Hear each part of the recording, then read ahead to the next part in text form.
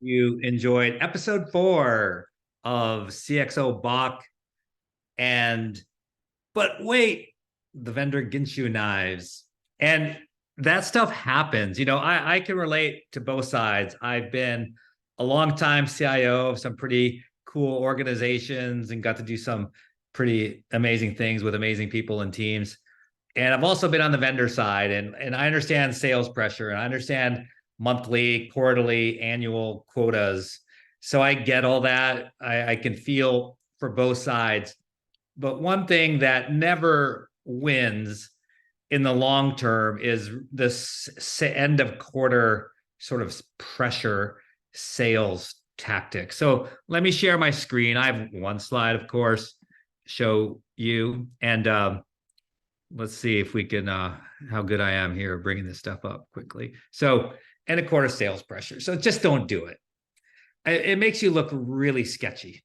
I imagine it has worked. I mean, it probably wouldn't be done today if it hasn't worked for someone sometime, but it's not a good way of doing business. It is super sketchy.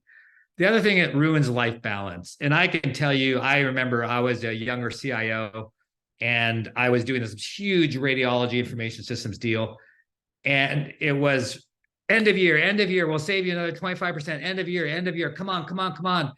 And I worked my butt off, and I got a bunch of other people involved, from radiology and from our legal department, supply chain, some of my team. And while everyone was going off to celebrate the new year, like a 3-day weekend, we were sitting there in the office. Like I remember it was a Saturday, like the 31st of December. We're working like till like 7 or 8 at night. It was ridiculous. And I ended up doing the same thing the next year. I don't remember even what the deal was, but it was another like end of year. Like, come on, let's get it done and we'll save you a bunch of money.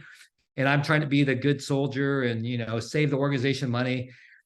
And after that second time, I just realized I'm never doing that. I am never doing that again. Not just impact to me, but more so to everyone else I was dragging into that. And, that salesperson in that organization. I'm like, I'm never doing that. So I'm very upfront when I later working with vendors, like, look, I'm not doing I'm telling you, it's going to take 3-4 months. And there's no end of quarter, end of month deal that's going to change anything. So don't even go there. And especially at end of year coming up, it's like, and we're not working on contract after mid-December. We're not working on contract. So don't ruin other people's lives like that. It's just not worth it. You set yourself up for future expectations. So think about it, right? If I'm a CxO and wait, you mean to tell me you have 25-30% additional margin you can give up for give me a deal for end of quarter? Well, end of quarter could be anytime because the cost of goods hasn't changed for you. So I'm going to have that expectation every time. And I did. It's like, well, last time, you gave me 30% off. How come you not do it this time? So it sets you up for a bad situation. It doesn't build a partnership, right? A lot of times we talk vendors, like, and I'm the same way. When I'm a vendor, I'm like, I want to build a partnership with you. And I mean it like wholeheartedly. I did some on both sides. But I'm telling you, that is not a partnership way of doing business. Hey, if you get it by end of this week, I'll give you a super discount. No. Sketchy. Slimy is another word for it. I'll just be straight out with you. It reeks of used car salesperson. Like, oh, wait. Or the Ginsu knives commercials, right? For those of you old enough that got that part of it, is like, but wait, we'll also throw in, free services. Hey, but wait, we'll give you another 10% discount. But wait, we'll give you free, 1-year warranty. But wait, I mean, it's just ridiculous. It is not a good way of doing business. I just rather know upfront, you're going to give me the best price. We're going to work this deal out, both sides, and in good faith and in good partnership. And we don't need no special incentives. Give me all those incentives in that upfront price. I won't jerk you around. You don't jerk us around. And that's what a partnership's about. So maybe someday that'll be the next topic, partnership. But CIOs, you're not off the hook.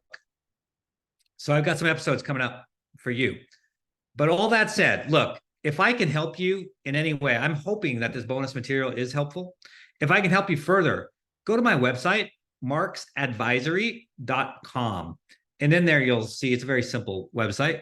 you'll see the 3 things that I do. The one that you might be most interested in is retained advisory. You can go on there. There's an application you can fill out.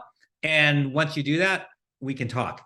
And it may very well be that I'm not the right fit for you, or you're not the right fit for me. Because what I'm looking for is this. I'm looking for like a good partnership, nothing sketchy, nothing slimy. So hope you enjoyed it. Can't wait to drop the next video.